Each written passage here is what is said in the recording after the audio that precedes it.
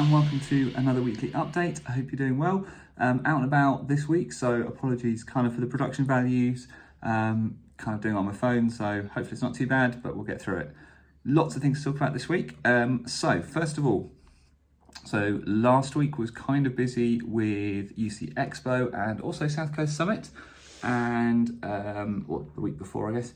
And then last week, some of those videos I managed to get together. So if you haven't seen them already, there's quite a lot of videos there's a video from UC Expo and there's several videos from South Coast Summit. They're worth checking out if you weren't at South Coast Summit and you want to see what it was like. Same with UC Expo, and even if you were, you might want to kind of relive some of the experience, because especially on the South Coast Summit ones, I go into like the evening as well. So Oktoberfest, if you remember that.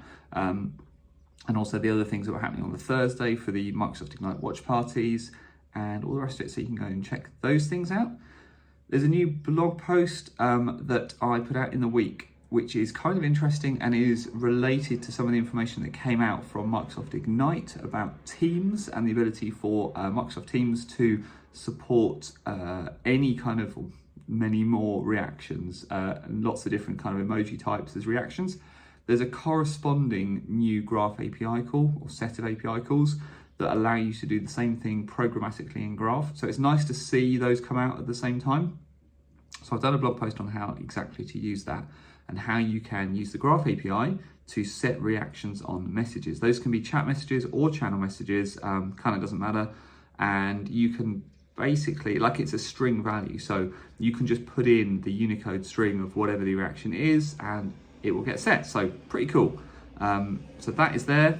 You can go and check that out. There's a corresponding unset as well, so I'll go into a little bit of detail on the unset. So that is there in a kind of corresponding way to the one for Microsoft Teams. There's a way to do that programmatically as well, which is nice. All right, so next thing I want to tell you about is a new blog post that Microsoft have done. And the title of this is by Daniel Carrasco, and the title is 5 Ways to Boost Your Collaborative App Development. And this came up in a conversation, this whole subject, at South Coast Summit at one of the panels actually, around building good apps for Microsoft Teams. And the thing I said, and my kind of point there was, if you're going to build an app for Microsoft Teams, it is good to make it collaborative. Teams is about collaboration, and therefore your app should be about collaboration too.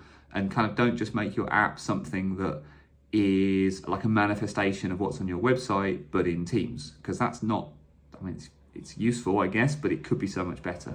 Think about adding in collaboration features, the things that people are used to using in Microsoft Teams anyway.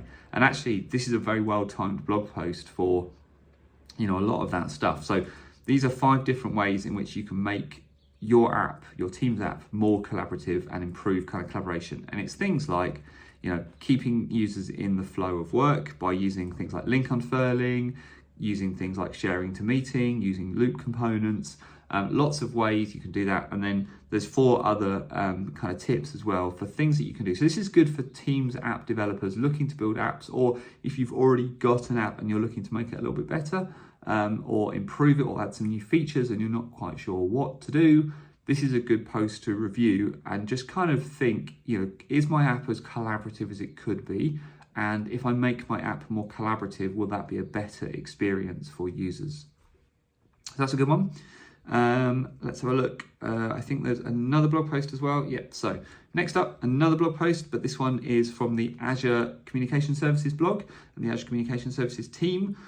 And there's a new API out for Azure Communication Services. So the ACS team have been doing great work in pushing out all sorts of new functionality recently, and some of that was announced at Ignite. This is something new. It's a public preview of the Rooms API. So Rooms in Azure Communication Services as a construct are a more structured collaborative meeting space. It's a place for multiple people to meet inside Azure Communication Services, and a bit more structured than a group. They are set up beforehand. They are managed in terms of, like, as a developer, you get to specify who can join, when they can join, how they join, and how they collaborate when they do join.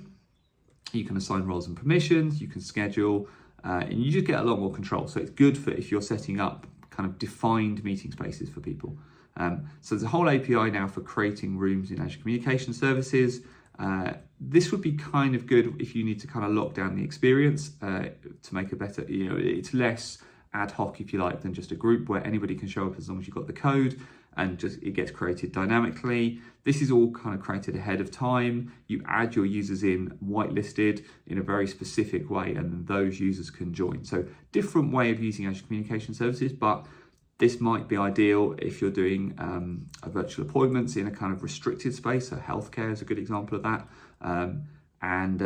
Or it could be like you're doing a big virtual event where you want to really control who can speak and who can't speak, like a big town hall or something like that. This would be a good use of that technology as well. So that's in public preview. You can go and try it out now. I'll put a link to the blog post. From there, you can kind of see the link off to all the documentation for how to use it. So that's pretty cool. So if you're into using Azure Communication Services and you're currently using groups, or you're not quite sure, you're kind of struggling a little bit with locking them down, then this is probably the thing you've been waiting for.